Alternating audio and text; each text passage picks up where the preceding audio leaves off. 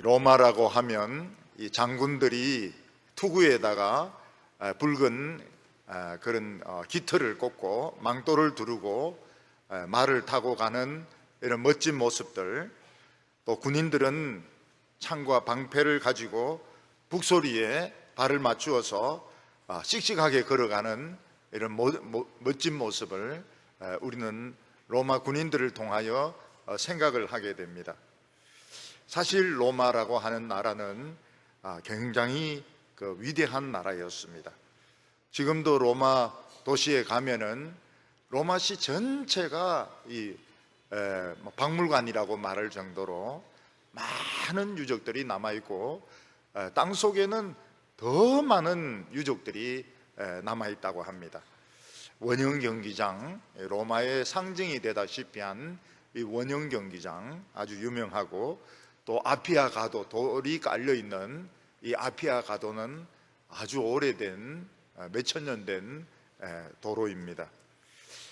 그리고 세계 여러 곳에, 유럽에도 보면 이 수도를 연결시키기 위한 아주 그 고가 다리가 남아있고, 그리고 영국에도 보면 그 야만족의 침략을 막기 위해서 아주 긴 이런 성이 지어진 것이 지금도 남아 있습니다.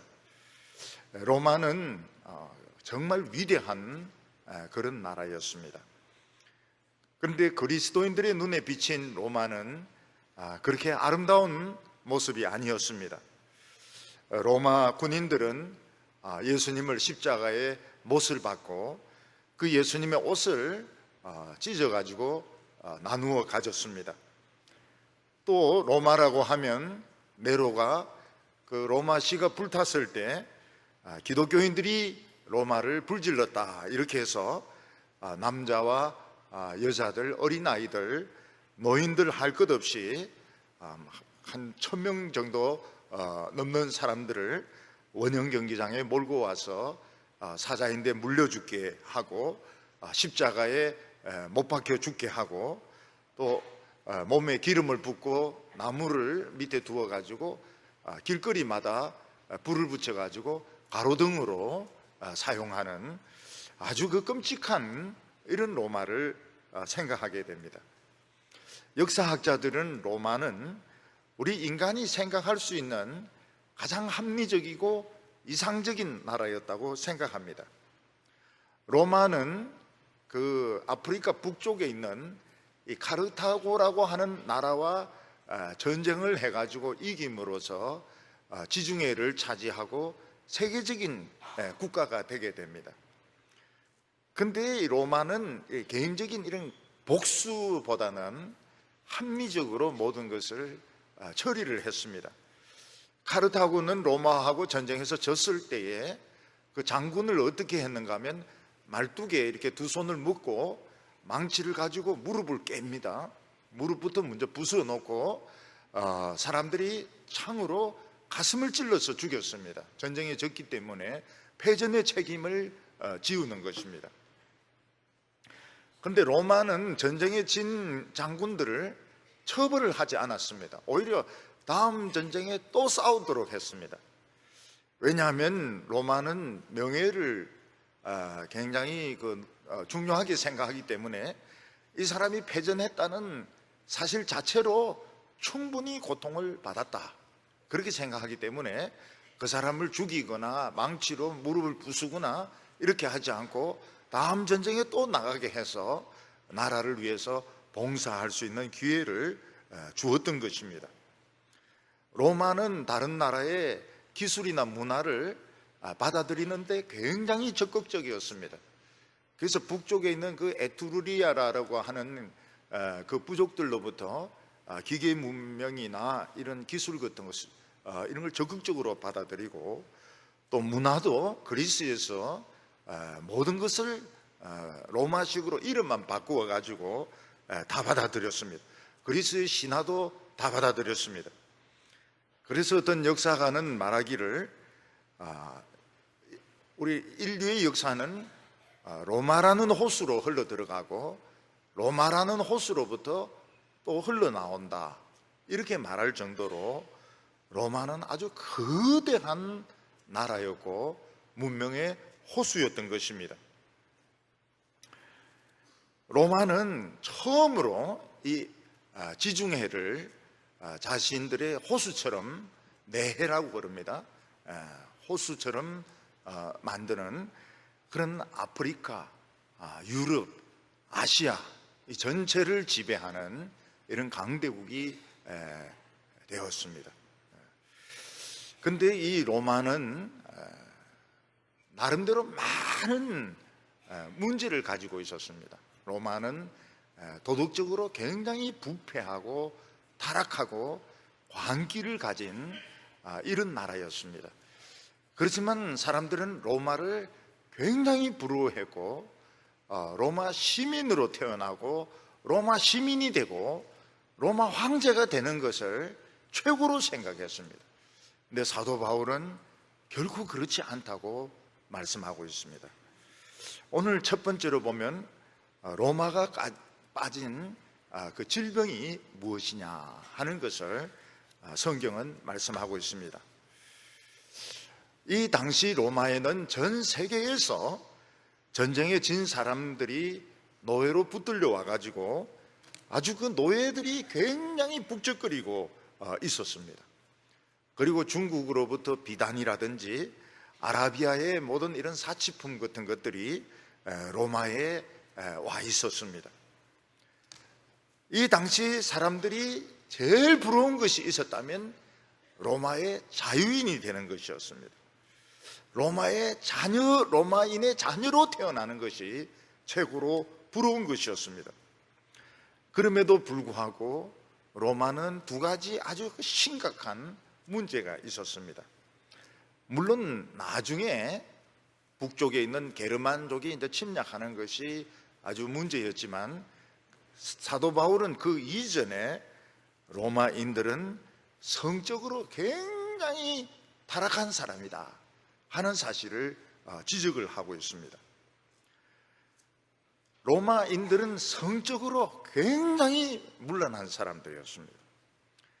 로마의 그 사창가는 전 세계에서 잡아온 그 여자들, 노예들로 북적거렸습니다. 그래서 이 사창가가 굉장히 발달을 했습니다. 뭐 발달이라고 해야 되는지 뭐 타락이라고 해야 되는지 모르겠지만은 사창가의 여자들이 차고 넘쳤습니다.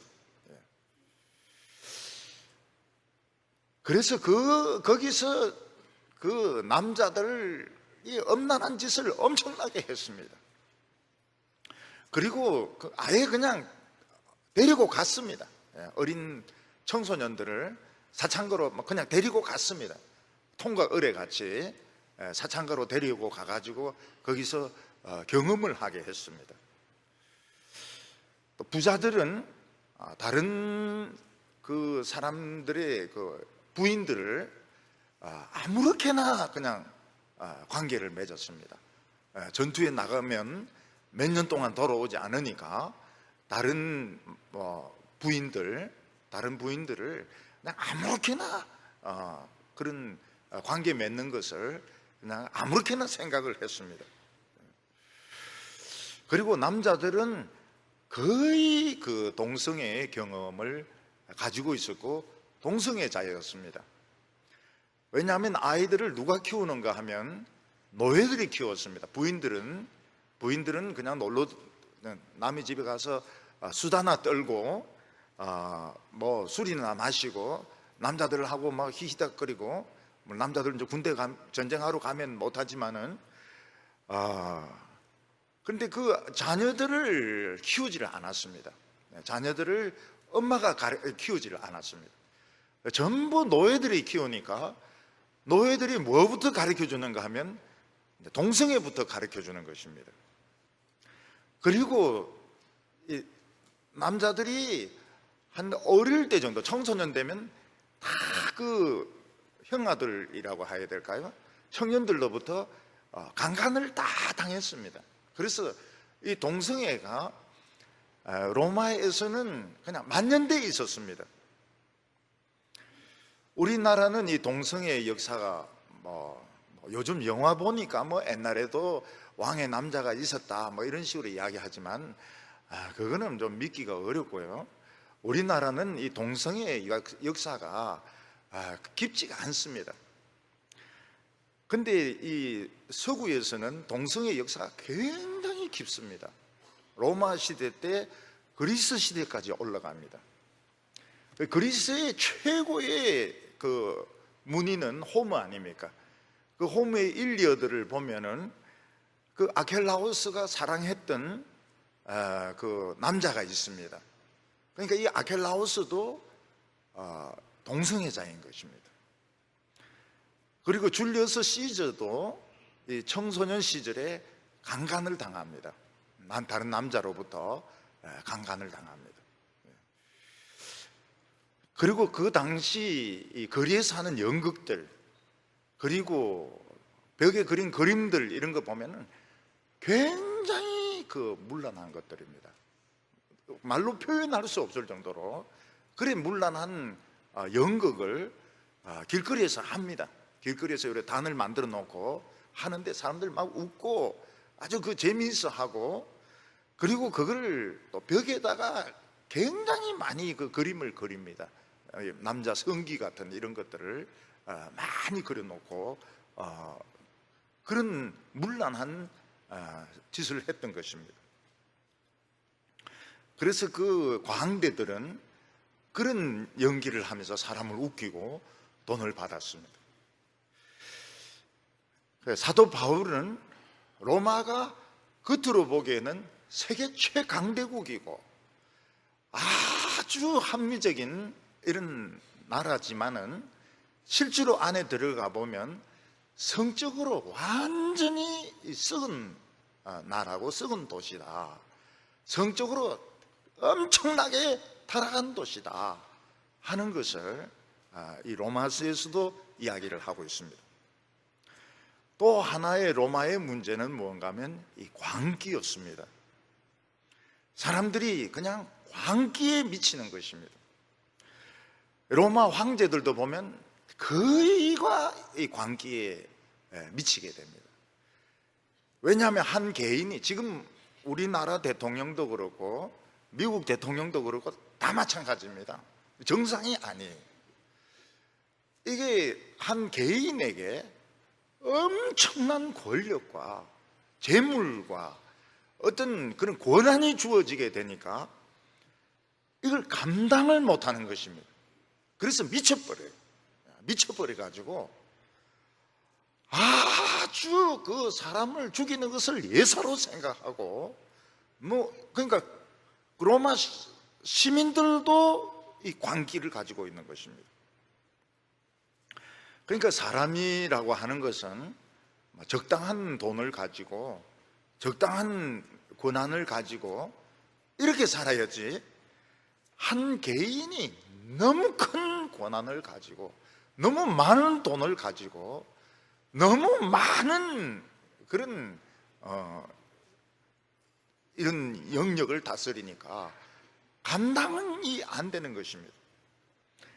그래서 로마 황제들도 보면은 거의 미칩니다. 미쳐요. 그래서 남녀 관계가 굉장히 그 문란합니다.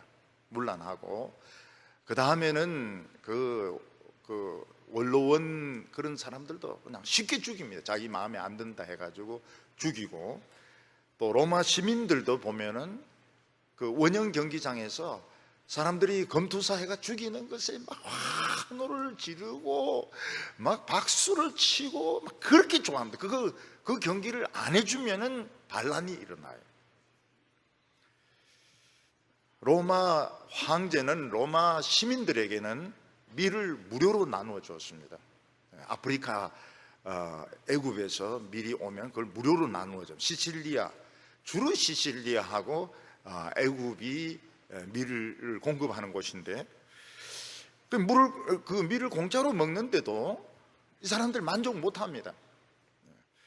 그래서 어떤 때는 포로로 잡혀온 한 9만 명 정도를 원형 경기장에서 서로 찔러서 죽이도록 그렇게 만듭니다.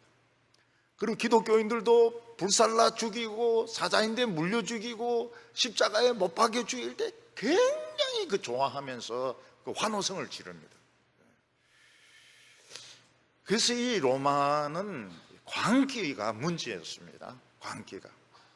그래서 큰 강대국의 대통령이나 뭐 주석이나 이런 사람들 보면은 사실 한 개인이 너무 많은 권한을 가지고 있지 않습니까? 그러니까 이게 미치는 거예요, 사람이. 정상적이지가 않습니다. 근데 이 로마에 사는 유대인들 중에서 예수 믿는 사람들이 생기게 되었습니다. 그 사람들은 어떤 사람들인가 하면 오순절에 성전에 제사 드리러 갔다가 베드로의 그 설교를 듣고 성령을 받고 예수를 믿게 된 사람들이었습니다. 로마에 많은 유대인들이 있는데 다 기독교인은 아닙니다. 그 중에서 일부가 기독교인이었습니다. 근데 이제 역사의 그 기록에 의하면 크레스투스하고 유대인들이 충돌을 했다, 이런 기록이 나오는데 그 책 자체도 굉장히 그 신뢰할 수 있는 자료는 아닙니다. 신뢰할 수 있는 자료는 아니고 요즘으로 치면은 뭐 옐로우 페퍼라고 이렇게 할 정도로 그 로마 황제에 대한 역사를 기록한 책이 있습니다. 거기에 보면은 수준이 높은 책은 아니. 그런데 크레스투스하고 유대인들하고 충돌했다, 이런 내용이 나오는데 그 사람들이 이제 크리스찬들이라고 보는 것입니다. 크리스찬들하고 유대인들이 이제 충돌을 하니까 4대 황제 클라우디우스가 골치가 아프거든요. 유대인들하고 또 같은 유대인들 안에 있는 기독교인들하고 충돌해. 처음에는 기독교인들하고 유대인을 구별을 안 했습니다. 그냥 다 유대인으로 생각을 했습니다. 근데 이제 충돌을 하니까 클라우디우스가 유대인 추방령을 내리게 됩니다. 4대입니다. 4대 황제 클라우디우스가 추방령을 내리게 됩니다. 이 클라우디우스는 소아마비를 걸린 장애인이었습니다. 근데 황제가 되리라고는 정말 아무도 꿈에도 생각을 못했는데 황제 될 만한 사람들이 다 죽었기 때문에 클라우디우스가 4대 황제가 되게 됩니다. 그래서 로마에서 유대인 추방령을 내리게 되고, 그때 뭐 브리스길라, 아굴라 이런 사람들 다 추방됩니다. 근데 유대인들이 다 추방되니까 로마 교회가 없어졌느냐 하면 그게 아닙니다. 거기 노예들이 이 주인을 따라서 예수 믿는 사람들 남아있는 겁니다. 그래서 로마 교회가 바뀌게 됩니다. 그때까지 유대인 중심으로 남아있다가 노예 중심으로, 이방인 중심으로 로마 교회 성격이 완전히 바뀌게 됩니다. 물론 나중에 클라우디우스는 이걸 취소를 합니다. 추방령을 취소를 해서 유대인들이 다시 돌아오긴 돌아옵니다. 그런데 원래는 철저한 유대인 중심의 로마 교회였는데 이 클라우디우스 황제에 의해서 로마 그 유대인 추방령이 내려지면서 유대인들은 다 떠나고 있을 수가 없습니다. 그리고 이제 이방인들 중심으로 로마 교회가 없어진 것이 아니고 노예들, 이방인 중심의 로마 교회가 되는 것입니다. 원래 사도 바울은 유대인들보다는 이방인들에게 복음을 전하기를 원했고, 특히 다른 사람들이 먼저 세운 교회에는 자기가 복음을 전하지 않는 것이 선교의 원칙이었습니다. 그런데 로마 교회가 이렇게 변화되게 되니까, 이방인 중심이 되니까 이 사람들은 성경도 모르고 복음도 잘 몰랐습니다. 또 예루살렘에 가서 베드로의 설교를 듣거나 성령을 체험한 것도 아니었습니다. 그래서 로마의 사도 바울은 가기를 원합니다. 가기를 원하지만 여러 가지 사정으로 가지를 못합니다. 고린도 교회 문제라든지 갈라디아 지방에 있는 많은 교회들이 유대교로 넘어가는 이런 일들을 수습을 하느라고 로마로 갈 시간을 가지지 못했습니다. 그러다가 이 고린도의 교회의 문제가 해결이 참 잘 됐습니다. 그래서 고린도에서 자기가 가기 전에 로마서를 이제 기록을 해가지고 복음의 핵심적인 내용을 적어서 두루마리를 먼저 보내게 되는 것입니다. 근데 오래지 않아서 로마에 큰 환란이 일어나게 됩니다. 로마서를 보낸 지 얼마 안 돼서 큰 환란이 일어나게 되는데, 제가 4대가 클라디우스라고 하지 않았습니까? 이 손까지 이렇게 하면서 4대라 하는 건 이유가 있는 겁니다. 이유가 있어요. 5대가 누구냐?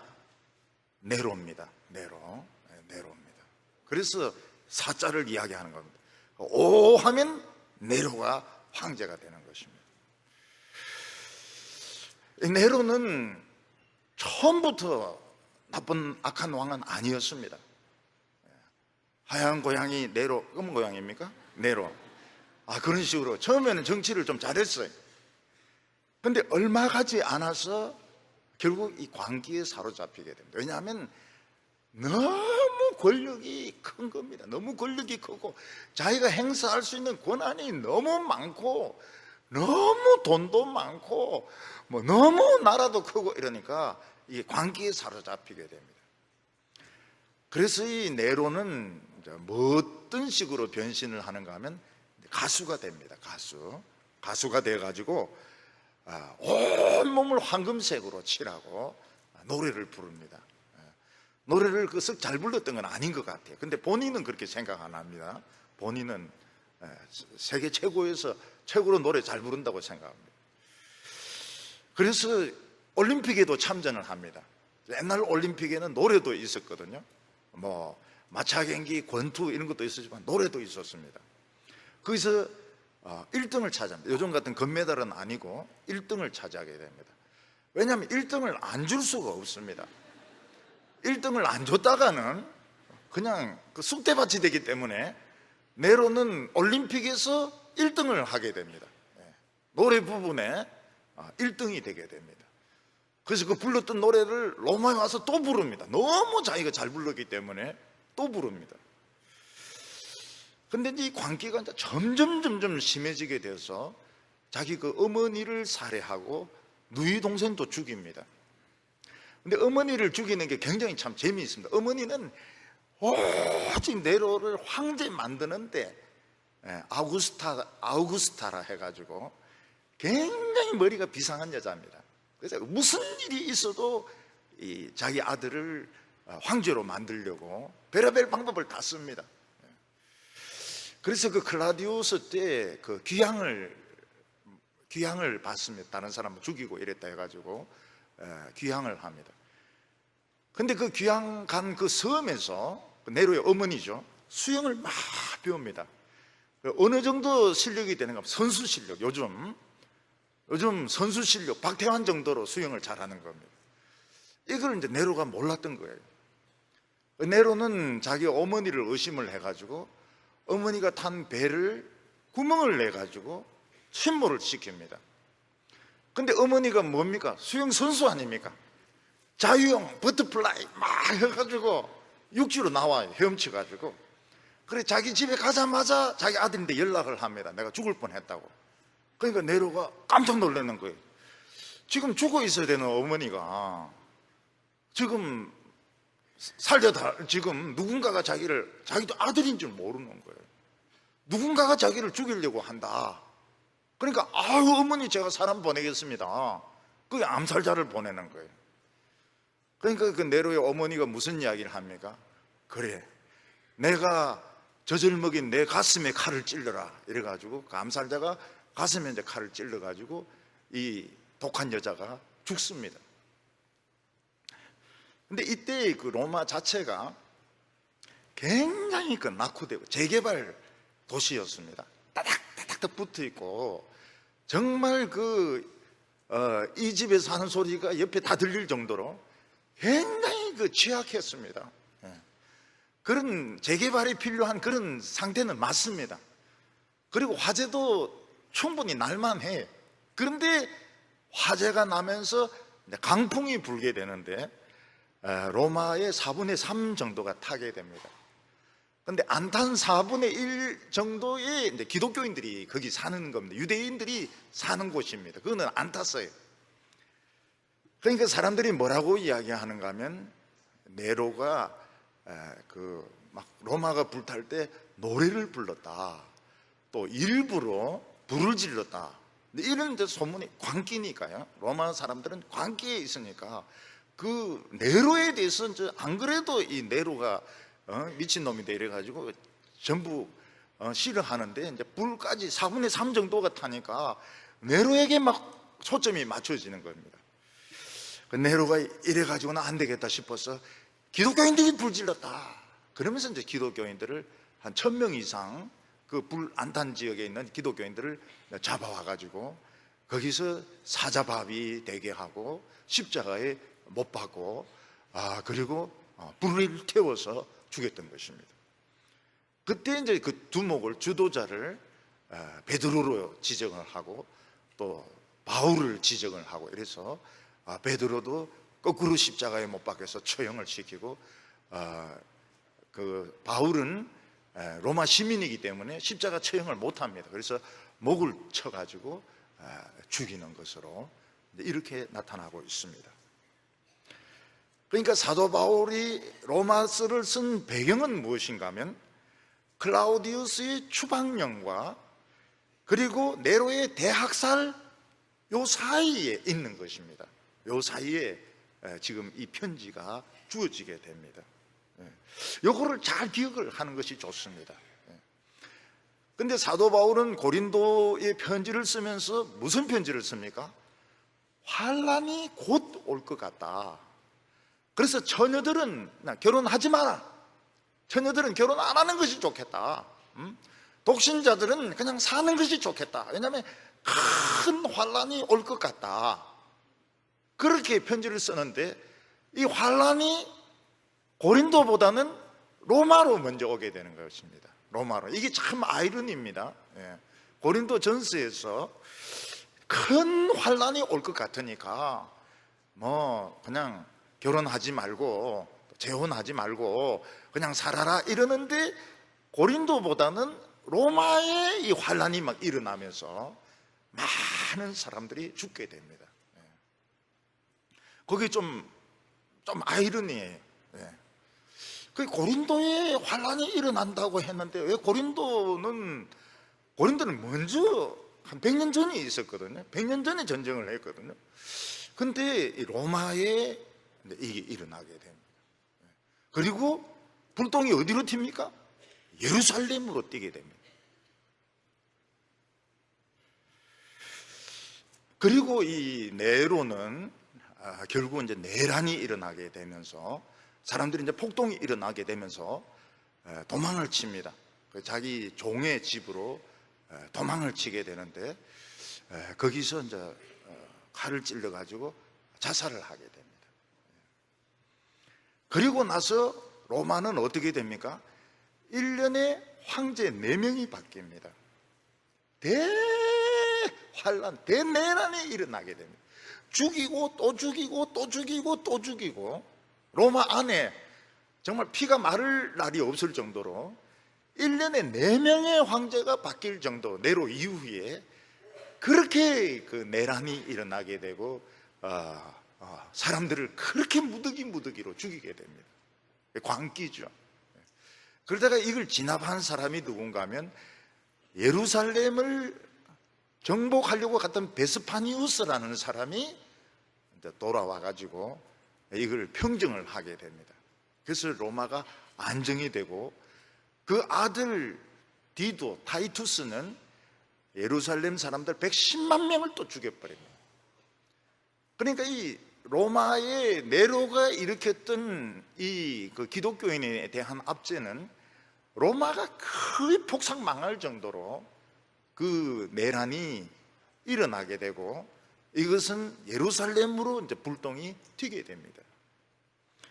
티투스, 타이투스라고 하기도 하고, 뭐 디도 장군이라고 하기도 하는데, 110만 명을 죽이고 20만 명을 끌고 가서 원형 경기장을, 지금 있는 원형 경기장의 한 4배 되는 원형 경기장을 짓게 됩니다. 그게 이제 그 유대인들의 그 피 맺힌 역사입니다.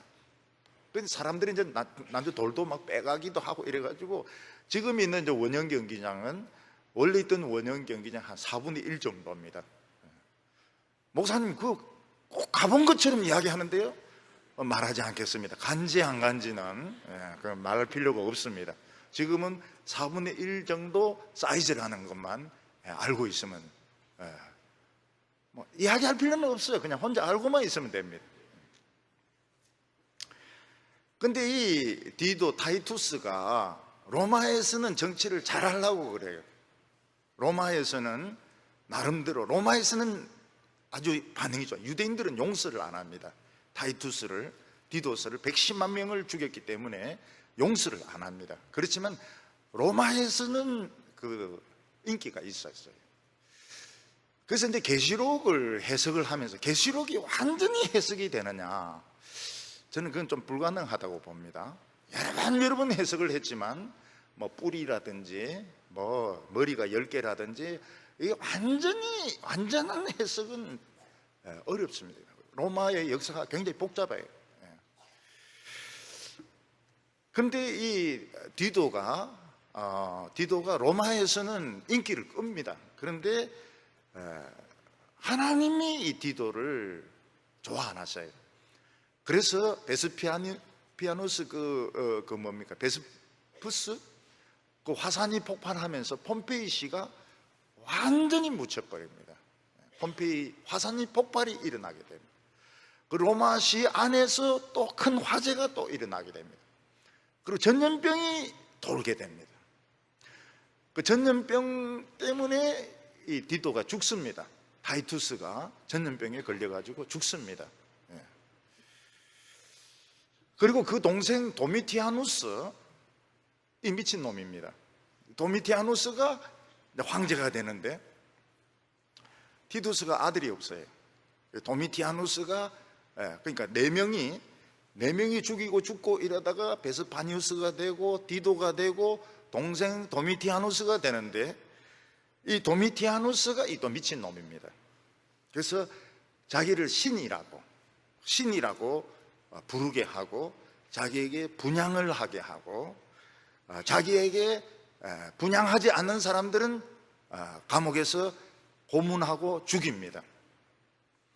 그때 어디 사람들이 많이 죽게 되는가? 이 불똥이 소아시아에 뛰게 됩니다. 소아시아에. 요한계시록에 나오는 그 7교회, 그 소아시아 전체에 이 불똥이 뛰게 됩니다. 그래서 지금은 터키죠.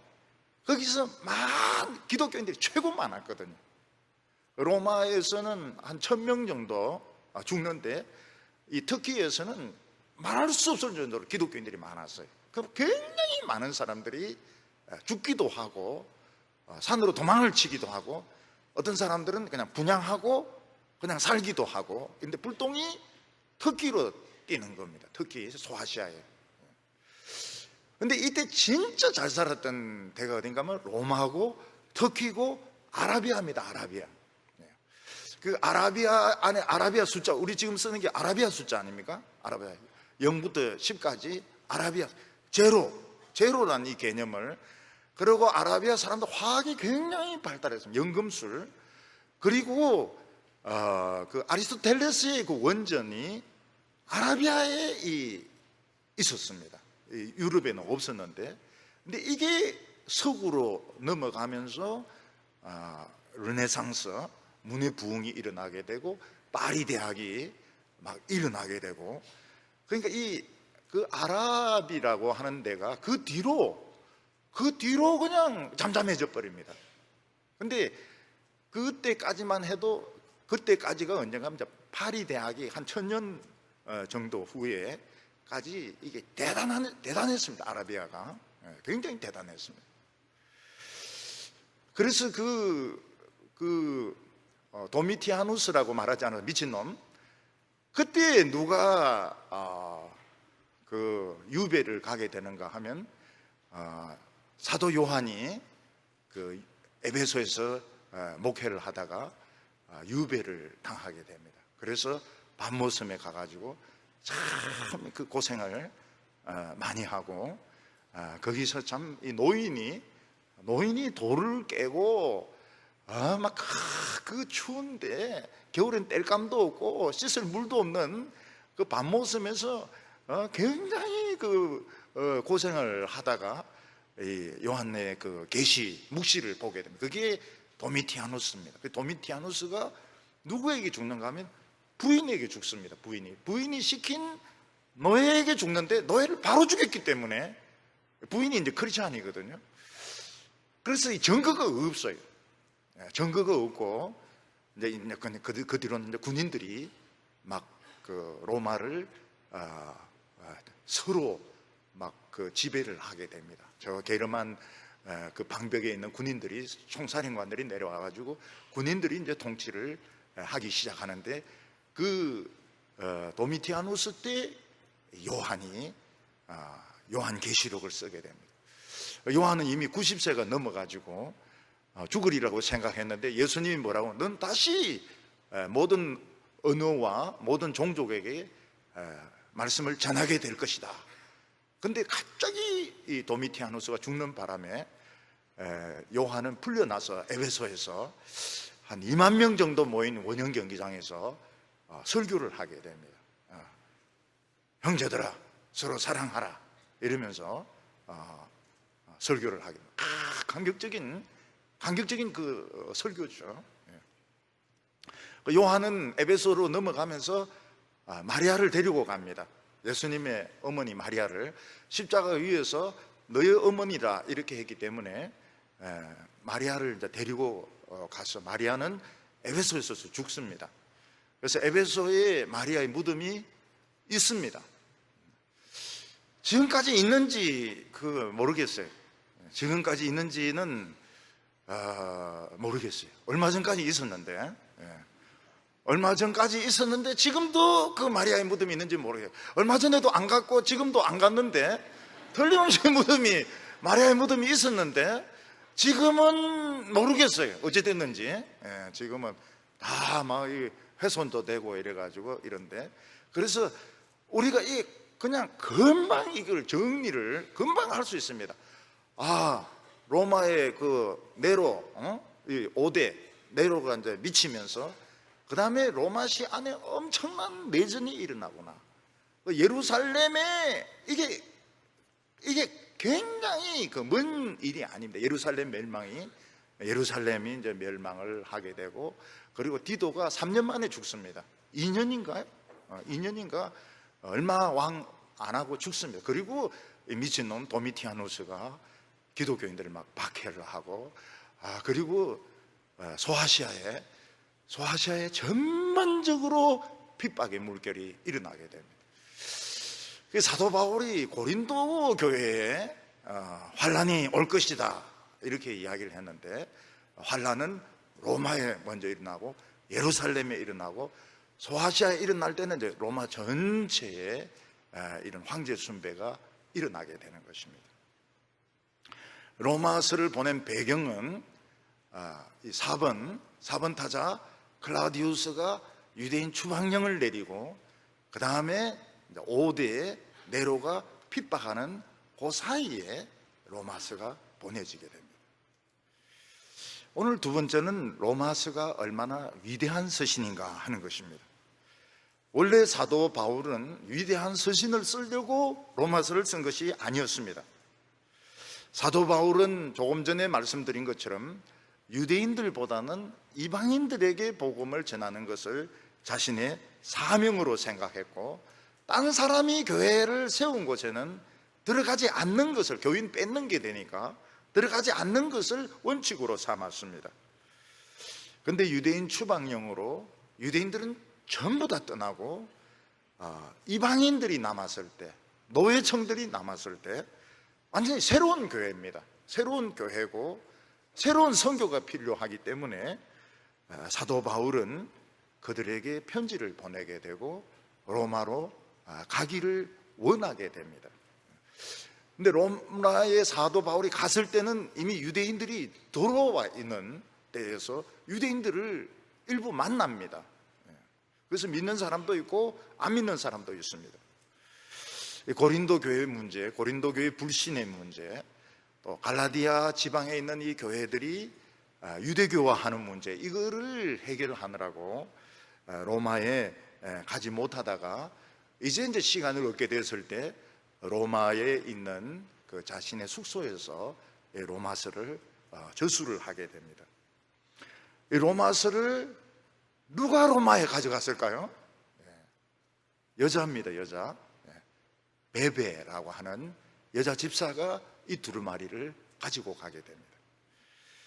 이 여자 집사 혼자 배를 타고 고린도에서 로마로 갈 때 이 두루마리를 얼마나 소중하게 생각을 하고 짐 꾸리기에 넣고 막 이걸 잃어버리지 않으려고 막 그 사생결단하면서 이 편지를 전달하는 것을 볼 수 있습니다. 로마서를 전달한 사람은 베베라고 하는 여자 집사였습니다.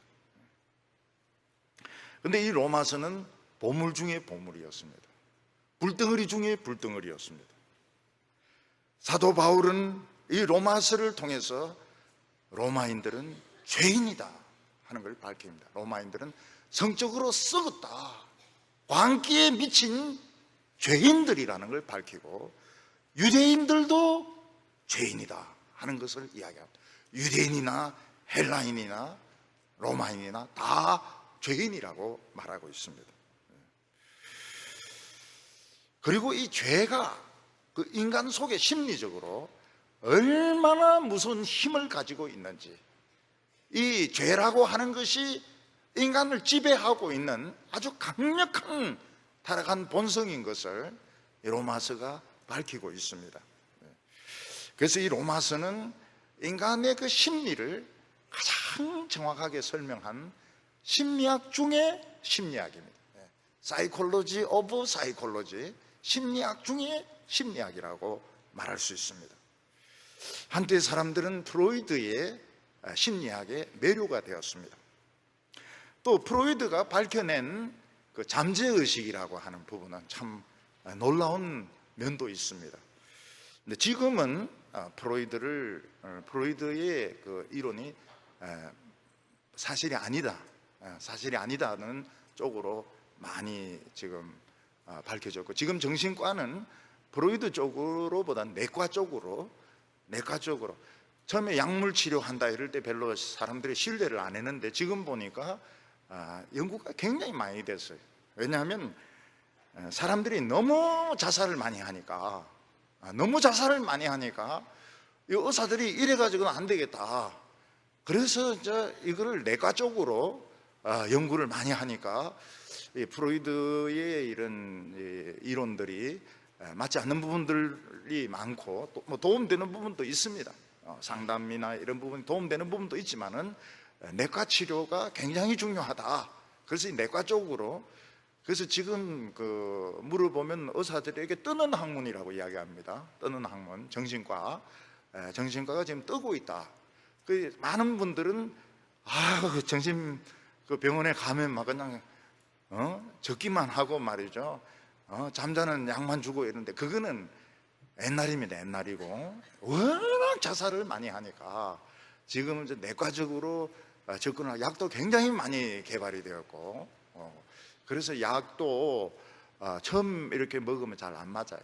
이걸 자꾸 아주 공부를 좀 새로 한 분들하고 의논해가지고 자기에게 맞는 약을 찾아야 부작용도 적고, 옛날에는 그냥 살만 찌지 않습니까?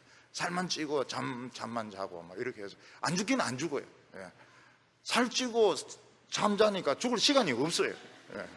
근데 요즘은 거의 정상적인 생활을 할 수 있도록 그렇게 호르몬 쪽으로, 옛날에는 수술까지 됐습니다.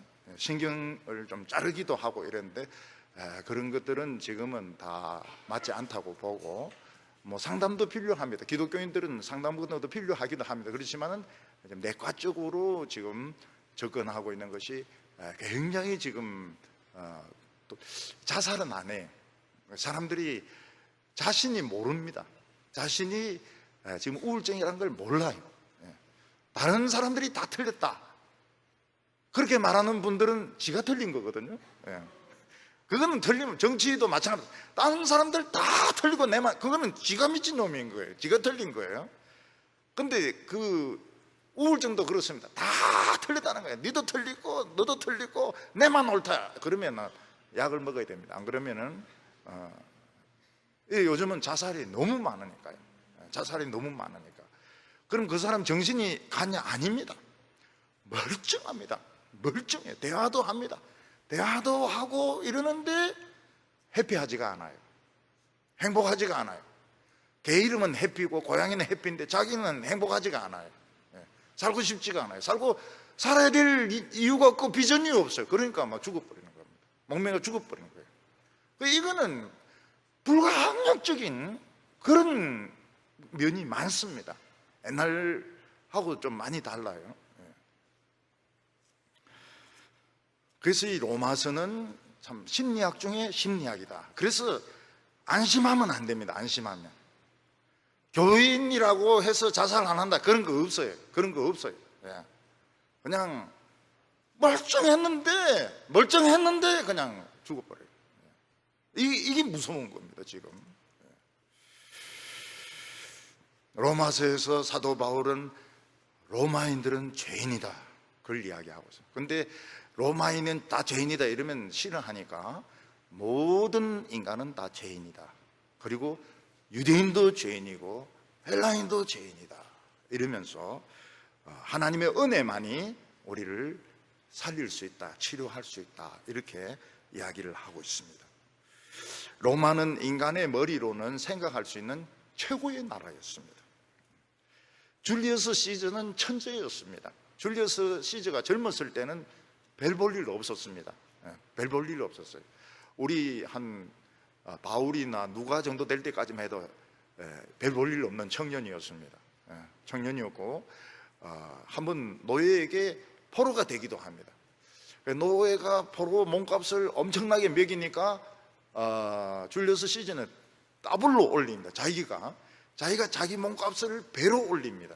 왜 그렇게 하는가 하면 몸값이 높으면 높을수록 못 죽이니까 자기가 살려고. 그래서 몸값 가지고 와가지고 해방되고 그 노예들을 해적들을 쳐부수었다 뭐 이런 이야기를 하고 있습니다. 이 시즈가 얼마나 천재인가 하면 로마 성을 부숩니다. 로마 성을 부수고 로마는 성이 필요 없다. 그래서 그 라인강하고 다뉴브강을 경계선으로 하는 그런 세계적인 로마를 구상을 합니다. 그래서 갈리아족, 지금으로는 프랑스죠. 프랑스를 정복을 합니다. 굉장한 스피드로 기병을 이용해 가지고 굉장한 스피드로 정복을 합니다. 그런데 이 갈리아족들이 너무 가난하고 무지한 겁니다. 문명이 너무 떨어지는 겁니다.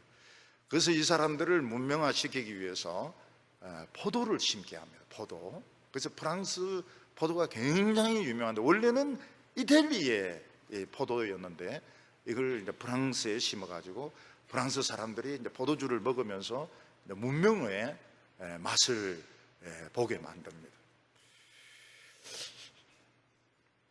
근데 이 줄리어스 시저는 자기가 믿었던 이제 귀족들하고 조카에 해당되는 애인의 자식입니다. 브루투스가 애인의 자식인데 그 칼에 찔려서 죽습니다. 왜냐하면 시저는 관용을 베풀면 다 좋아할 거라고 생각을 했는데 인간이 죄인이라고 하는 것을 생각을 하지 않았던 것입니다. 로마서는 미친 사람의 광기, 음란, 동성애를 치료하는 능력을 가지고 있습니다. 어거스틴은 젊은 시절에 엄청 방탕했습니다. 그래서 어떤 미혼 여성하고 결혼해서 아기까지 낳습니다. 아기 세례까지 받게 합니다. 그 아기가 죽어요. 한 4살인가 7살인가 해가 죽습니다. 굉장히 방탕했습니다. 사상적으로도 조로아스터교, 플라톤 철학 막 이런 쪽으로 막 수사학 이런 쪽으로 방황하면서 굉장히 그 방탕한 삶을 살다가 어느 날 로마서 13장 말씀을 읽고 지금은 깰 때라. 지금은 어두움은 지나가고 아침이 올 때가 되었다. 그 말씀에 무릎 꿇고 그는 기독교인으로 돌아서게 됩니다. 존 웨슬리는 참 열심으로 구원받으려고 홀리클럽을 만들고 열심히 금식하고 전도하고 교도소 방문하지만 마음의 안식을 얻을 수 없었습니다. 그래서 신대륙으로 건너가서 조지아 주에서 인디언들에게 선교하다가 실패를 하고 돌아옵니다. 그러다가 영국에 와가지고 이 모라비안은 그 독일에 있는 제세례파를 말합니다. 아나바프티스트라 해가지고 제세례파 사람들이 모이는 곳에 가서 성경 공부를 하다가 누가 마틴 루터의 그 로마서 서문을 읽는 것을 듣고 마음이 뜨거워지게 되고 예수님을 영접하게 되었다, 이렇게 말하고 있습니다. 그래서 존 웨슬리는 홀리클럽을 만들어 실패했습니다. 근데 대구에는 또 홀리클럽이 또 새로 생겼습니다. 그거 참 보면 그 아이러니예요. 영국의 마틴 로이드 존스 목사가 로마서를 14년에 걸쳐서 설교를 하게 됩니다. 그가 로마서를 설교하기 시작한 해가 1955년 10월입니다. 설교는 한 50분 정도 합니다. 50분 정도 하는데 유머도 없고 그냥 설교만 쫙 합니다. 50분 동안. 근데 14년을 해요. 14년을. 그리고 이제 이분이 그 책으로 출판을 하는데 전 세계적으로 한 몇백만 부 정도 팔린 것 같습니다. 마틴 로이드 존스 목사의 로마서가 몇백만 부 정도 팔렸습니다. 굉장히 영어권에서는 존경받는 그런 목사죠. 저는 그 테이프를 이제 구해서 들었습니다. 테이프 구해서 들었는데 감동적이에요. 굉장히 감동적이에요. 1955년도에 그 설교를 테이프로 해가지고 남으니까 막 제가 또 태어난 해 아닙니까? 내가 울 때 이분은 설교했구나. 막 굉장히 막 감동이 막 끌어올라요. 그때는 그거 사는 게 얼마나 비싼지 모릅니다. 이게 비싸가지고요. 그 또 세금도 때리고 이래가지고 그 영국에서 그 로마서 강해 그거 다 사가지고 다 듣지는 못해서 잠이 자꾸 와가지고요. 근데 그 로이드 존스 파운데이션 거기서 이제 그걸 만들어가지고 이제 그걸 파는데 거기서도 놀랐어요.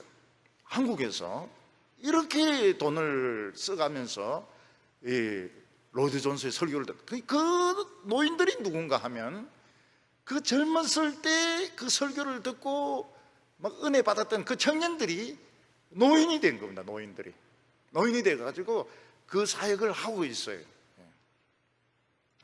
조금 지나고 나니까 이 MP3로 변하면서 가격이 굉장히 싸진 겁니다. 좀 기다리라, 그 말이 맞아요. 좀 기다리라. 엄청 비싼데 MP3는 그냥 요 한 개 그냥 이 정도 다 들어가니까 또 그 MP3도 다 구했어요. 구해가 안 듣고 있습니다 지금. 근데 지금 그 팔던 할아버지들이 우리 교회에 편지를 보냈어요. 놀랍다고. 이 한국에서 이 로이드 존스 목사의 그 설교 테이프를 이렇게 많이 사는 거 보면 놀랍다고 교회 주보를 좀 보내달라고 그 주보를 보내주었습니다. 동부 처치 이래가지고요, 대구 동부 처치 이래가지고 보냈습니다.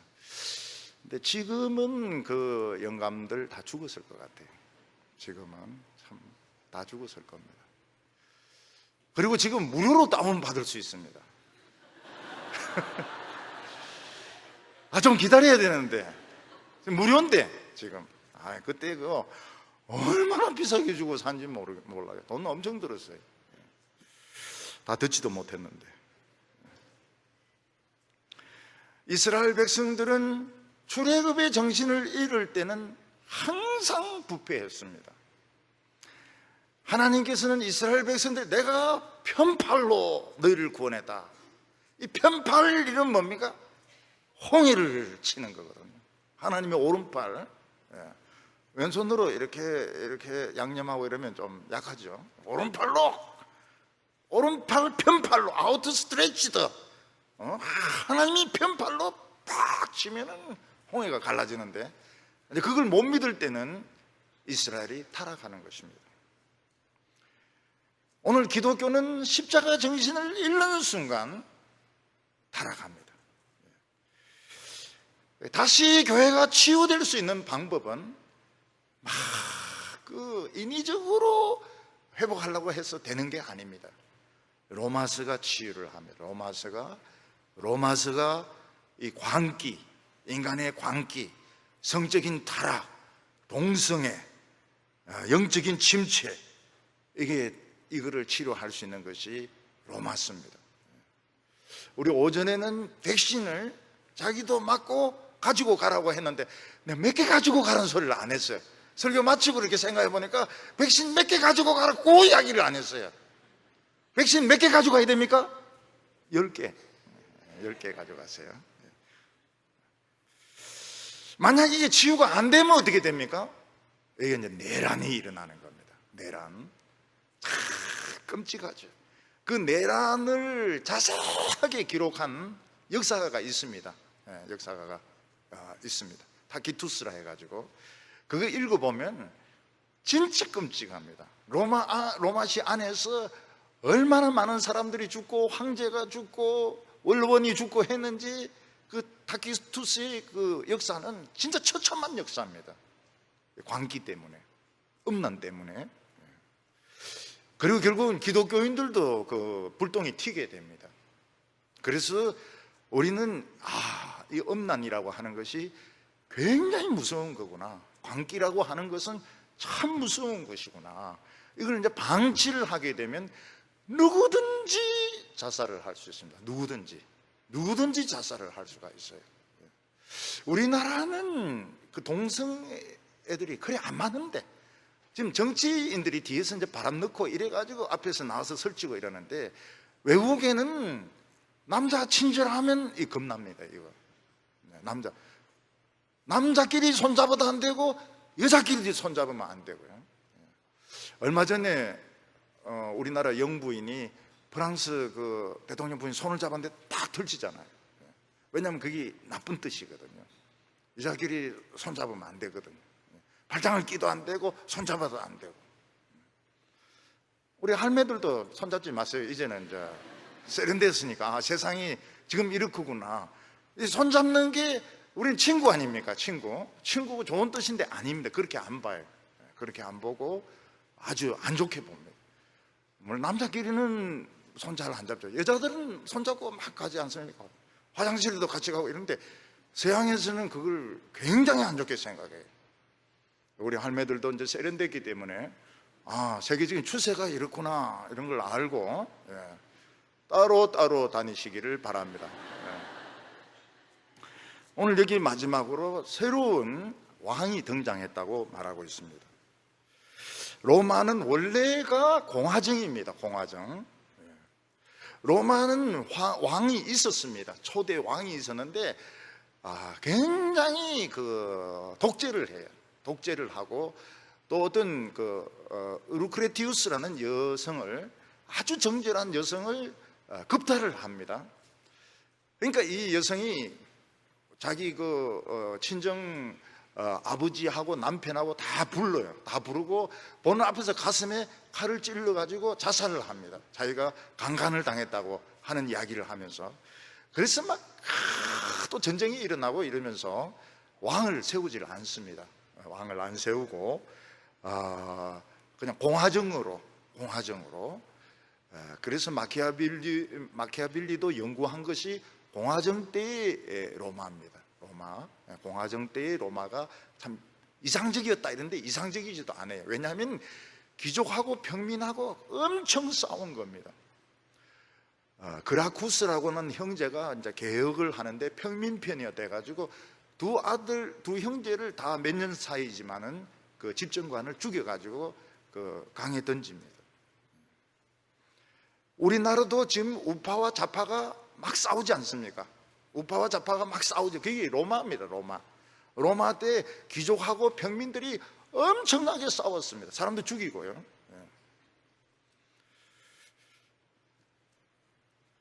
그리고 우리도 지금 막 노조 이런데 그때도 이 귀족이나 이 평민들이 노조 같은 걸 했던 것입니다. 자기 권리를 요구하고 스트라이크를 일으키기도, 전쟁 중인데도 스트라이크를 일으키기도 하고 합의를 보기도 하고, 아주 그 문제가 쉽지가 않았습니다. 로마가.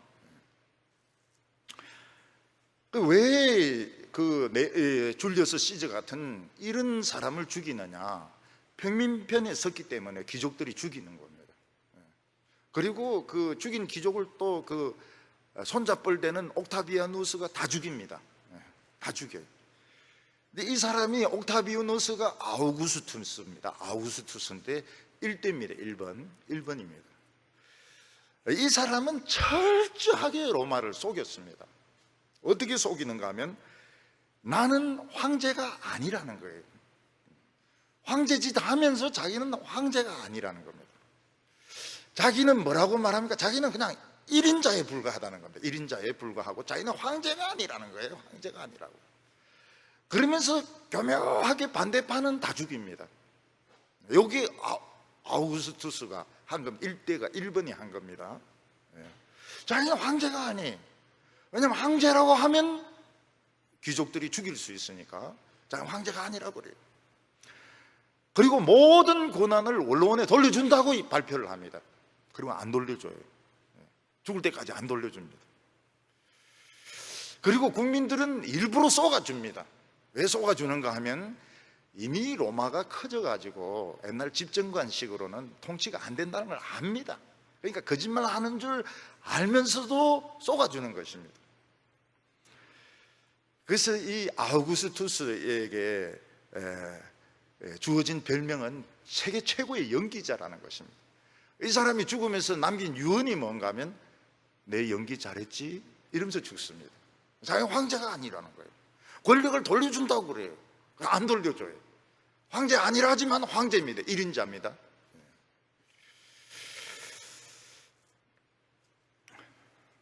로마는 전 세계를 정복합니다.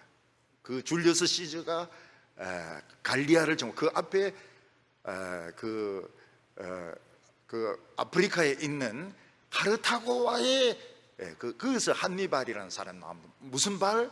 한니발입니다. 개발이 아니고, 개발 세발이 아니고 한니발이 애꾸눈인데 이 전쟁의 천재입니다. 전쟁의 천재인데 거기와 이기면서 세계적인 나라가 되게 되고 갈리아를 정복하고 그 다음에 예루살렘을 정복하게 됩니다. 예루살렘에 폼페이우스가 칼을 차고 들어갑니다. 그거를 유대인들이 용서를 안 합니다. 그리고 그 안에 황제상을 둡니다. 유대인들이 용서를 안 합니다. 폼페이우스를 용서를 안 합니다. 세계적인 이런 나라, 애굽을 정복합니다. 애굽을 정복하고 시리아를 정복할 때가 너무 쉬웠다고 그럽니다. 왔노라 보았노라 이겼노라 그렇게 이야기를 합니다. 그때 에집트는 전 세계 밀이 대부분 생산되는 곳이었습니다. 북아프리카가 곡창지대였습니다. 로마는 아시아, 아프리카, 유럽을 통치하는 나라가 되었고 모든 곳에 도로를 만들어서 군인들이 이동하고 물자가 이동하기 쉽도록 만들었습니다. 그때 사도 바울은 무슨 이야기를 합니까? 새로운 왕이 계신다는 겁니다.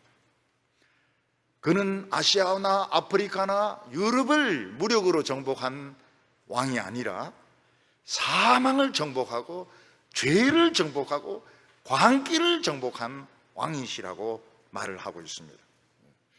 그러니까 병든 사람들을 다 죽이고 정복하고 왕이 되는 것이 나으냐, 아니면은 병든 사람을 다 살리고 왕이 되는 것이 나으냐, 이게 로마서가 이야기하고 있는 것입니다. 근데 미국은 그동안에 테러와의 전쟁을 벌린다고 정신이 없었습니다. 근데 보니까 중국이 너무 커져버린 겁니다. 중국이 너무 커져버린 거예요. 화웨이가 막 너무 커져버린 것입니다. 그러니까 미국 사람들이 중국이 너무 커졌구나. 그래서 이제 중국을 때리잡는 것입니다.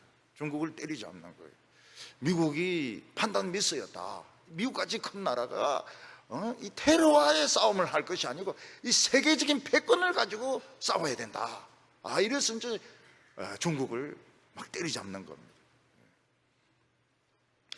시진핑도 유리하지가 않아요. 시진핑도 약간 중풍이 좀 온 것 같아요. 다리도 좀 절기도 하고 그러기도 하고 중국 안에 있는 그 사정이 미국이 의외로 이 경제력이 강한 겁니다.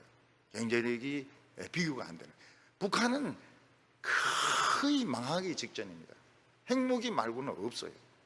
핵무기 말고는 없습니다. 북한은 모든 사람들이 아마 탈북을 생각하는 것 같아요. 그래서 서로 이야기를 하는데 너 탈북 언제 할 거냐? 이렇게 이야기를 할 정도로 우리가 지금 생각하는 북한을 몰라서 그렇습니다. 북한은 지금은 이제 고난 행군보다 더 어렵다고 그래요. 고난 행군보다 더 먹을 것이 없다고 그래요. 그래서 우리 정부가 막 쌀도 주고 돈도 주고 이런 게 어떻게 보면 좋은 것 같기도 해요. 우리 크리스찬의 입장에서 보면 좋기도 합니다. 근데 제일 가난한 사람들이 누군가 하면 고급 관리라 그래요. 고급 관리들. 밑에 있는 사람들은 장마당에 가가지고 거기서 이제 물건을 사고 팔고 밀수를 하는 겁니다. 밀수를 하는데 고급 관리들이 줄 돈이 없는 거예요. 돈 달라는 겁니다. 돈 달라. 줄게 이러면서 이제 또 돈을 주고 말이죠. 쌀도 주고. 그러니까 중국도 좀 심했어요. 1대1로라 이래가지고 항만공사를 한다 이렇게 해가지고 돈을 못 갚으면 그 항구를 뺏어버리는 겁니다. 그래가지고 아프리카 이런 쪽으로 다 이 세계적인 나라가 되려고 준비를 하고 있는데 미국이 가만히 보니까 우리 테러하고 싸우다가 이 중국이 이 세계 이 최고가 되겠구나. 그러니까 이제 때리잡는 겁니다. 러시아도 세계 최강국이 되려는데 러시아는 뭐가 있습니까? 석유 아닙니까? 석유. 석유 값이 이제 폭락을 하고 이러니까 지금 푸틴이 아무리 아령하고 막 이래도 좀 힘이 안 나는 거예요. 우리나라는 지금 이게 무역 이게 잘 안 풀리는 게 배운 겁니다. 이게 형님이 트럼프 형님이 요거 언젠가는 한번 손 본다고 다 했는데 이게 지금 이제 살살 빌게 된 거예요. 지금 일본 아베도 그냥 아베 마리아 노래만 부르면 될 건데 그것도 참 이 욕심이 대단합니다. 요새 보면 아베가 많이 늙었더라고요. 그리고 생긴 것도 좀 심술궂어졌어요. 왜 그런지 모르겠어요. 우리는 일본 좋아하는데 우리 친일파인데 왜 그래? 왜 그래? 기독교인들이 친일파지 뭐. 기독교인들은 친중파고 우리는 다 좋아하지 뭐. 우리 아베도 사랑하는데 왜 그래 늙고 막 인상도 더러워지고 그렇게 된지 모르겠어요. 로마 사도 바울이 하는 말이 뭡니까? 너희들이 세계적인 나라라고 자랑하고 있지만 너희들은 성적으로 썩었다. 너희들은 성적으로 썩었고 광기에 미친 나라고. 그게 곧 나타나게 됩니다. 얼마나 로마가 미친 나라인지 나타나게 됩니다. 근데 죄를 이기고 죽음을 이기신 하나님의 아들이 오셨다. 이게 이제 로마서인 겁니다. 1절과 2절 보면 예수 그리스도의 종 바울은 사도로 부르심을 받아 하나님의 복음을 위하여 택정함을 입었으니 이 복음은 하나님이 선지자를 통하여 그의 아들에 관하여 성경에 미리 약속하신 것이라. 사도 바울은 온 세상의 창조자이시고 주인이신 하나님이 계시고 하나님의 아들이 나타나셨다고 말하고 있습니다. 로마의 종교는 다신교입니다. 유명한 신이 야누스입니다. 야누스는 두 얼굴을 가지고 있습니다. 로마는 무력을 믿었습니다. 로마 군인들은 긴 칼을 쓰지 않습니다. 중세 때 기사들은 긴 칼을 쓰는데 이건 사실은 이거는 실용적이지 못합니다. 로마 군인들의 칼은 짧습니다. 폭폭 찌르는 거예요. 이 방패 세워놓고 폭폭 찌르면 이 굉장히 효과적입니다. 로마 군인들의 칼은 짧고 뭉툭합니다. 이 세상에서 최고로 문명화된 나라는 로마였고, 로마 시민이 되는 것이 최고의 로망 꿈이었습니다. 사도 바울도 로마 시민권을 굉장히 유리하게 쓰는 것을 볼 수 있습니다. 그러나 사도 바울은 온 세상에 주인이 계시고 사람들은 거기에 새들어 사는 사람에 불과하다고 말하고 있습니다. 왕이든 학자든 부자든 다 새들어 살고 있는 사람들이고 아무 권력이 없는 사람들입니다. 그들은 사람을 지배해서 왕이 되었고 귀족이 되었고 장군이 되었습니다. 근데 하나님은 그것을 조용히 지켜보고 계셨던 것입니다. 그 이유는 모두 병자들이기 때문입니다. 죄에 빠진 그 죄인들이고 그 결과는 음란으로 나타나고 광기로 나타나고 동성애로 나타나고 결국은 자살로 나타났던 것입니다. 로마 사람들도 자살을 굉장히 많이 했습니다. 사람을 많이 죽이고 자기 자신들도 죽었습니다. 결국 이 인간을 고칠 수 있는 것은 하나님의 아들이 흘리신 보혈, 복음밖에 없다고 말씀하고 있습니다. 결국 인간의 오장육부와 피를 다 바꿀 수 있는 방법은 복음밖에 없는 것입니다. 하나님에게는 아들인데 너무너무 귀한 분이라서 감추어 놓으셨습니다. 하나님의 아들은 감추어진 분이었습니다. 그런데 이분이 나타나셨습니다. 미친 인간들 다 멸망시키면 되지만 하나님은 이 아들을 보내셨고 사도 바울을 종으로 삼으셨고 사도로 보내가지고 로마의 이 복음을 전하게 했던 것입니다. 3절과 4절 보면 그의 아들에 관하여 말하면 육신으로는 다윗의 혈통에서 나셨고 성결의 영으로는 죽은 자들 가운데서 부활하사 능력으로 하나님의 아들로 선포되셨으니 곧 우리 주 예수 그리스도시니라. 그는 육신으로는 로마인이 아닙니다. 그는 유대인의 혈통이었습니다. 그러나 그는 성결의 영으로는 하나님의 아들이셨고 그 증거가 무엇인가? 죽음에서 살아나심으로써 하나님의 아들로 인정이 되시고 선포가 되셨다고 말씀하고 있습니다. 오늘 우리들은 보기에 참 우리가 살고 있는 이 세상이 너무너무 좋습니다. 아파트도 좋고 자동차도 좋고 참 전쟁만 안 나면은 우리나라는 아마 세계에서 제일 살기 좋은 나라일 것입니다. 그렇지만은 문제는 뭡니까? 모든 사람들은 죄인입니다. 우리 예수 믿는 사람들도 속에 죄성이 있습니다. 엄난은 만연되어 가고 있습니다. 광기는 사람들로 하여금 우울증으로 자살로 지금 나타나고 있습니다. 우울증, 자살, 이게 광기인 것입니다. 정치적으로 한쪽엔 태극기가 나가고 한쪽엔 촛불이 나가고 충돌하고 이게 다 광기인 것입니다. 오늘 우리들은 인간은 다 죄인이구나. 오늘 우리들을 치료할 수 있는 것은 무슨 대통령이 바뀌고 무슨 주사파가 물러가고 이런 문제보다 훨씬 더 심각한 데 있구나. 그거는 바로 인간의 죄인 것입니다. 5절과 6절 보면 그로 말미암아 우리가 은혜와 사도의 직분을 받아 그의 이름을 위하여 모든 이방인 중에서 믿어 순종케 하나니 너희도 그들 중에서 예수 그리스도의 것으로 부르심을 입은 자니라. 복음은 우리의 인생을 바꿉니다. 사람의 본성을 바꿉니다. 우리 예수 믿는 사람들은 두 나라에 속한 사람들입니다. 우리는 이 세상에도 속해 있고 하나님의 나라에도 속해 있습니다. 두 나라에 소속해 있다는 것은 어떤 때는 혼란스럽기도 하지만 굉장히 매력적이기도 합니다. 어떤 분은 직업이 농사 짓는 사람이지만 또 다른 직업이 음악가이기도 합니다. 그 사람은 농사 짓다가 옷을 갈아입으면 이제 연주를 하기 시작합니다. 굉장히 연주를 탁월하게 하는, 너무너무 재미있어요. 그냥 농사복을 입었을 때는 그냥 무식한 농부인 줄 알았는데 막 연주를, 바이올린을 연주를 하는데 막 대단한 거예요. 얼마나 재미있습니까?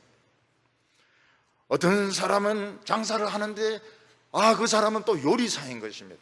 장사를 하고 나서 막 집에 가서 막 요리를 막 하게 되는데 대단한 겁니다. 어떤 사람은 화가입니다. 어떤 사람은 학생들을 가르치고 있지만 또 작가입니다. 굉장히 유명한 베스트셀러 작가라고 하면 얼마나 그게 익사이팅, 얼마나 재미있는 일입니까? 우리는 두 개의 옷을 가지고 있습니다. 우리는 이 세상에서 직업을 가지고 있습니다. 하나님 앞에 나왔을 때 옷을 갈아입습니다. 그 옷은 예수 그리스도의 옷으로 갈아입는 것입니다. 우리는 하나님 앞에서 진짜 모습을 나타내게 됩니다. 예배 드릴 때 이 모습이 진짜 우리의 모습입니다. 세상에 나갔을 때는 그게 가장 하고 있는 것입니다. 가장 무도회를 하고 있는 것 같습니다. 하나님의 종이 위대합니다. 하나님의 사도가 위대합니다. 오늘 우리 사회는 좌파 우파 따지기 전에 일본을 따지기 전에 우리는 지금 죄에 빠져 있습니다. 그 예가 동성애자들이 그렇게 설치는 것입니다. 자살이 그렇게 많습니다. 우울증 환자들이 그렇게 많습니다. 우리가 해피하지가 않습니다. 이것은 예수를 믿는다고 하지만, 기독교인이 많다고 하지만 우리는 여전히 지금 이 복음의 권세를 모르고 죄에 빠져서 있는 것입니다. 오늘 이 복음이 우리를 살릴 수 있기를 바랍니다. 오늘 우리부터 주사를 팍 놔야 됩니다. 목에 주사를 놔든지, 배꼽에 주사를 놔든지, 엉덩이에 주사를 놓든지, 영생의 주사를 팍, 주사기 달고 가지는 마시고 팍 꼽아가지고 기쁨이, 하나님의 호르몬이 살아나도록 이렇게 하시고, 주위에 보는 사람마다 막 찍으시기, 막 주사기로 기뻐해란 말이야, 기뻐해란 말이야, 이놈의 자식들아, 이놈의 자식들아, 기뻐해란 말이야. 선생님 학생들에게 기뻐해라, 공부 잘해라 이렇게 하지 말고 기뻐해라, 이놈의 자식들아. 신경질 더 날 수도 있습니다. 자식들 보고도 성적 올리라 하지 말고 기뻐해라, 놀아라, 놀아라. 이번 주는 진짜 좋네요. 기뻐할 수 있나? 여름 성경학교가 있죠. 중등부 수련회가 있죠. 고등부 수련회가 있죠. 소년부 수련회가 있죠. 저는 소년부 수련회 갔다 오는데 대학생인 줄 알았어요. 전부 가방 절절 끌고 오는데 애들이 뭐 얼마나 큰지. 소년부는 그 수련회 해야 되겠더라고. 보니까 벌써 막 덩치가 커가지고 복음 이 어린이들 율동 안 해요. 여름 성경학교 할 때 절대로 안 합니다. 선생님이 막 해야죠 안 합니다. 지금 우리 나이가 얼마나 연로한데 이 유치부 애들하고 뭐 이런 거 따라하게 생겼냐고. 여름 성경학교는 재미있고요, 뭐 절대 안 합니다. 근데 뭐 수련회 가라 이러면 가방 끌고 연로한 몸을 이끌고 가가지고 이제 거기서 이제 중등부 애들은 이제 벌써 이제 중등부 이제 그걸 배우는 겁니다. 오늘 로마서는 오늘 우리 시대에 필요한 말씀입니다. 오늘 우리 성도님들은 먼저 자기 자신들이 이 복음의 백신을 맞으시기를 바랍니다. 그리고 문제는 우파, 좌파, 주사파네요. 주사파. 저기들이 주사를 자꾸 놔가지고 말이죠. 우리는 그 문제가 아니라고. 그 문제가 아니고 이 죄의 문제입니다. 지금은 자살이 막 너무 만연돼 있어요. 안심할 수가 없어요. 자식들도 안심할 수가 없어요. 영감도 안심할 수가 없어요. 영감도 그냥 밤에 너무 아침까지 늦게 자면 조심해야 됩니다. 주님은 우리 병을 치료하신 최고의 창조자이십니다. 우리를 종으로 삼으셨습니다. 우리를 사도로 이 세상에 보내셨습니다. 위대한 복음입니다. 하나님의 능력으로 광기가 다 치료되고 우리 사회가 세상에서 제일 아름다운 나라가 될 줄로 믿습니다. 거룩하신 하나님 아버지, 오늘 우리들에게 로마서를 남겨주심을 감사합니다. 하나님 아버지, 우리는 로마같이 큰 나라가 아니지만 그동안 돈을 믿고 성공한 것을 믿고 우리가 얼마나 타락했는지 모릅니다. 사람들은 부패공화국이라고 불렀습니다. 하나님 아버지, 이제 우리를 치료하여 주시기를 원합니다. 동성애를 치료하여 주시고, 음행을 치료하여 주시고, 자살을 치료하여 주시고, 우울증을 치료하여 주시옵소서. 우리가 참 오늘 우리 전부 성령의 주사를 맞고 가게 하여 주시옵소서. 우리 마음속에 있는 모든 우울증들, 모든 인간적인 염려와 근심들 다 버리게 하여 주시고, 하나님 믿습니다. 우리가 이스라엘인 것을 믿습니다. 하나님 축복하여 주시옵소서. 온 교인들 이 복음의 주사를 맞고 완전히 새 사람이 되어서 가게 하여 주시옵소서. 하나님 아버지, 예수 그리스도의 사랑에서 끊을 수 있는 것이 아무것도 없다고 했습니다. 우리는 행복하지 않았습니다. 이제는 행복하게 하시고, 더 없어졌던 기쁨이 돌아오게 하여 주시옵시고, 우리 아무것도 염려하거나 걱정하지 말게 하여 주시옵소서. 북한이 빨리 항복하게 하여 주시고, 일본의 무역전쟁, 쓸데없는 전쟁, 이거 다 화해하게 하여 주시옵소서. 싸울 이유가 없습니다. 하나님 아버지, 다음 주에 있을 중고등부, 소년부 수련회, 그리고 여름 성경학교 어린이 한 명 한 명, 청소년 한 명 한 명 주님이 품에 안아주셔서 축복하여 주시고, 그들의 마음속에 있는 상처를 치료하여 주시옵시고, 하나님 아버지, 그들이 정말 새로운 인생을 살아갈 수 있도록 하나님께서 축복하여 주시옵소서. 예수님의 이름으로 기도하옵나이다.